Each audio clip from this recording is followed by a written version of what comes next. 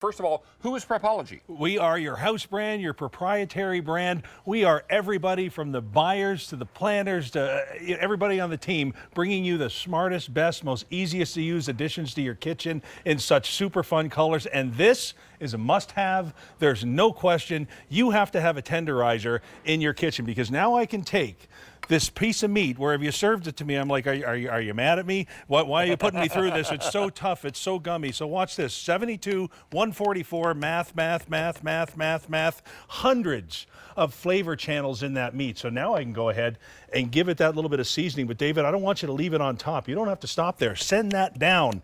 Now that taste and flavor is in every single bite. If I tried to do this with a fork, it would take me all afternoon. But I'm not stopping there. Why send just the spice down? Why don't we now send that marinade down?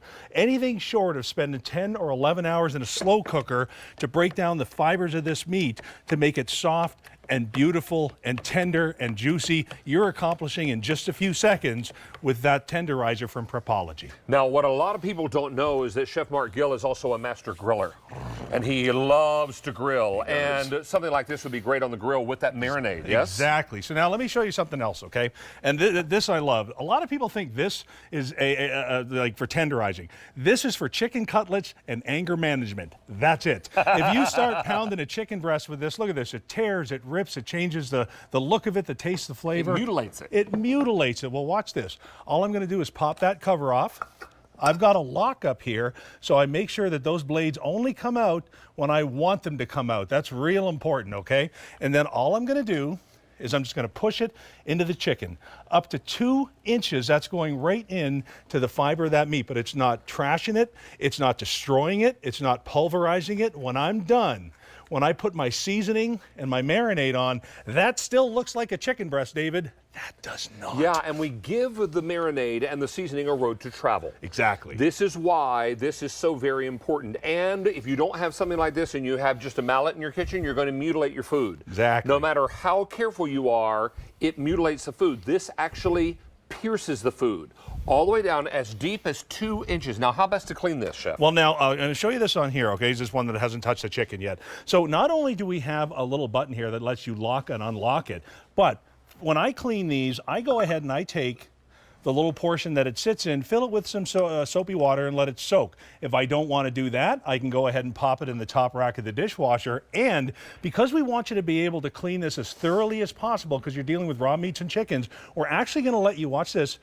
give you access to the inside mechanics of the machine, so you can go ahead and wash everything as thoroughly as possible before you go ahead and use it next. I love the Prepology thought of that. If you don't have a dishwasher, run the water as hot as it'll go in the sink, and then hit this with some antiseptic dish soap. Great idea. And it's really, I love your idea about putting some of that dish soap inside the little cup, and then park this down inside and let it soak. Exactly. And then rinse it clean with the hottest water available to you. And that is going to help sanitize it. And then make sure it's dried thoroughly, and then store it away until you're ready to use it again. Exactly. And how about those colors? I love the fact that everything with Prepology is going to match everything else with Prepology that you've added to your kitchen. Now, we have 4 colors, to Chef's point, and if you're looking to pick up more than one color to do different kinds of foods so you don't cross-contaminate, this is very easy, because maybe you're doing a mixed grill, right? So we have the tomato, this is lime, this is aqua, and finally ocean blue. They all work exactly the same way. You choose a color because it makes you smile or it matches your kitchen.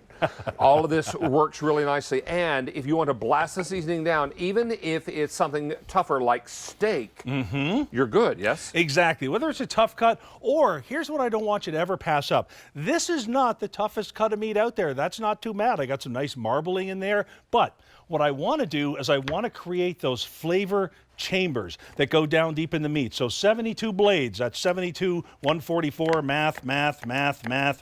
Hundreds of flavor channels in that steak. The fat, because you want that fat to break down. Exactly right. And help season the food.